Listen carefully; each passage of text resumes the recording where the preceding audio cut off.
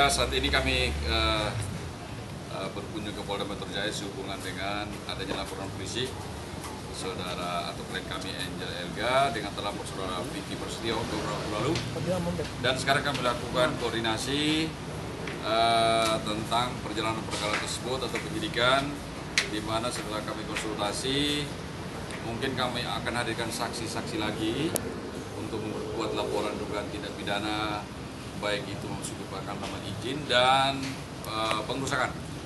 Karena ada beberapa cerita, ada beberapa kronologis perkara yang tidak diungkapkan dalam penyidikan ini, kami akan hadirkan saksi lain dan saksi ahli lagi untuk menyempurnakan laporan polisi ini. Yang mana terlapornya ada Vicky Prasetyo dan kawan-kawan, sekitar 4 atau 5 saksi yang disebut dalam berita acara pemeriksaan tersebut. Entah itu keluarga, ada hubungan keluarga atau apapun juga itu urusan lain, tapi di sini kan pribadi ya. Ini laporan yang sudah 2018 lalu ya. Ini sebenarnya berbeda dengan yang kemarin. Cuma ini kan kemarin memang laporan saya yang kemarin, tapi berbeda. Memang yang laporinnya bareng-bareng kemarin. Jadi selesainya fokus dulu yang ini dulu selesai. Kita kan belum bisa menentukan. Yang menentukan adalah pihak aparat ya. Saya orang yang difitnah, yang dicurangkan, yang difitnah. Ya saya mengikuti proses hukum ini. Jadi ya saya ikutin aja.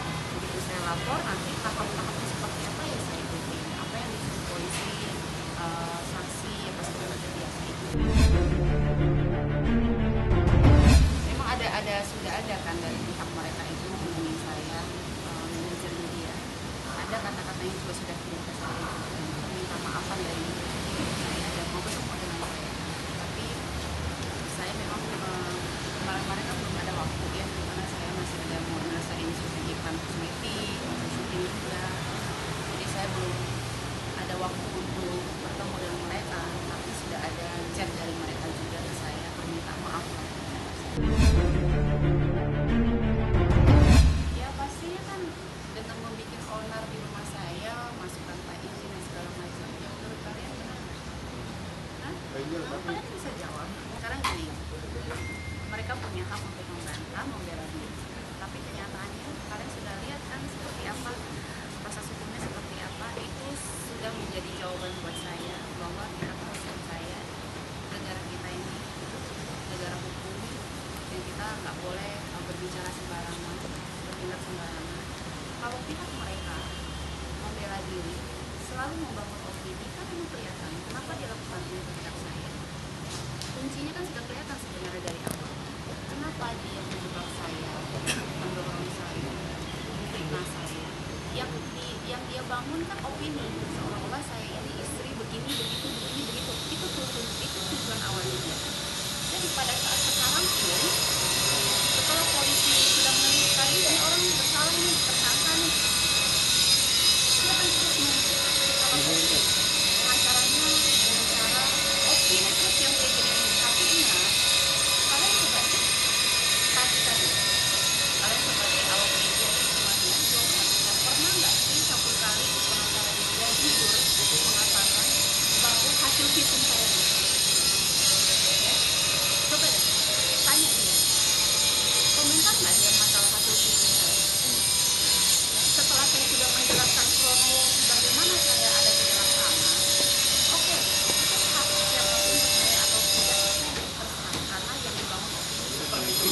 Ya, itu saya nggak bisa berteriak, kamu percaya saya nggak? Maka dari itu saya menempuh jalur hukum. Karena kalau saya berbicara, pasti kan namanya orang hidup ya, ada yang suka, ada yang nggak suka itu ya. Dan saya tidak mau pusing dengan komentar orang lain, karena itu saya masuk ranah hukum. Dia diselesaikan. Tetapi kalian perlu perhatikan, yang dia bangun terus pengacaranya adalah opini terus, seolah saya ini, tapi pengacara ini kan dia nggak mau jujur dengan dirinya sendiri nih, bahwa Angel Elga sudah diberikan SP3, bahwa Angel Elga ini sudah divisum, dan hasil visumnya negatif, dan itu dari saya, dari kedokteran dan polisi. Pernah nggak sih dia ngebahas itu? Itu loh kuncinya. Kunci itu dulu deh. ada satu peristiwa di mana terdakwa ini bersama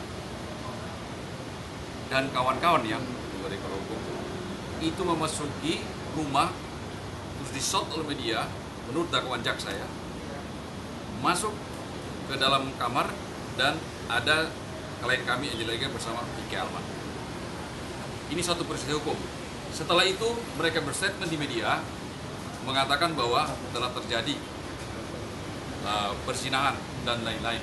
Diakses oleh media, terus didistribusikan sehingga bisa didengar, ditangkap, menjadi suatu berita oleh khalayak ramai.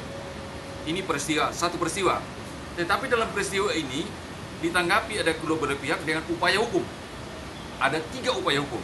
1, laporan polisi dugaan tindak pidana perzinahan yang dilaporkan oleh saudara Vicky Prasetyo, di mana peristiwa hukum yang dilaporkan adalah peristiwa yang saya ceritakan tadi ini.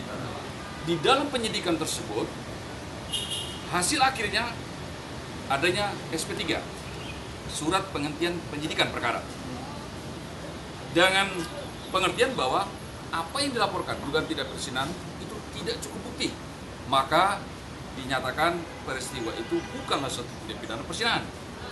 Itu pertama. Kita hubungkan lagi dengan dugaan tindak pidana lain yang dilaporkan Angel, adalah dugaan tindak pidana pencemaran nama baik yang melanggar undang-undang ITE. Dengan tidak terbuktinya dugaan tindak pidana perzinahan akibat tindakan mereka dan ucapan mereka di media, maka laporan polisi Angel tentang dugaan tindak pidana pencemaran nama baik sempurna, memenuhi unsur bahwa mereka berkata-kata melakukan tindakan itu mengakibatkan tercemarnya nama baik Angel Ega. Makanya perkara tersebut P21 dan disidangkan di Pengadilan Negeri Jakarta Selatan. Nah sekarang laporan polisi ini yang sekarang di Polda ini adalah dugaan tindak pidana pengerusakan. Karena mereka masuk ke pekarangan itu dengan cara merusak pintu masuk ke dalam kamar. Ada satu peristiwa yang dipotong, gitu. Jadi kalau ada yang statement tentang dakwaan jaksa yang menceritakan tentang peristiwa itu, Vicky Prasetyo dan kawan-kawan masuk ke rumah, mendobrak pintu, menemui istrinya bersama laki-laki lain, itu adalah dakwaan jaksa. Kenapa tertulis begitu? Karena itulah suatu peristiwa hukum yang diadukan oleh saudara Angel akibat peristiwa hukum tidak benar sehingga menimbulkan pencemaran nama baik Angel. Yang tidak benar itulah dikatakan memenuhi unsur karena dia menceritakan, menginformasikan sesuatu yang tidak benar. Maka laporan polisi tersebut dinyatakan P21 dan disidangkan saat ini. Jadi ini rangkaian ini harus dipahami. Jadi kalau dibangun, diceritakan katanya dakwaan jaksa menyimpulkan ada suatu kesalahan, bukan.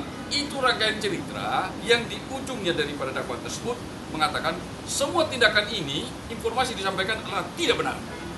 Dia kan cuma bacanya cuma ya, tapi nggak jadi gitu. Ya. Jadi jangan lupa untuk subscribe Cumi Cumi. Ditekan ya tombol lonceng merahnya.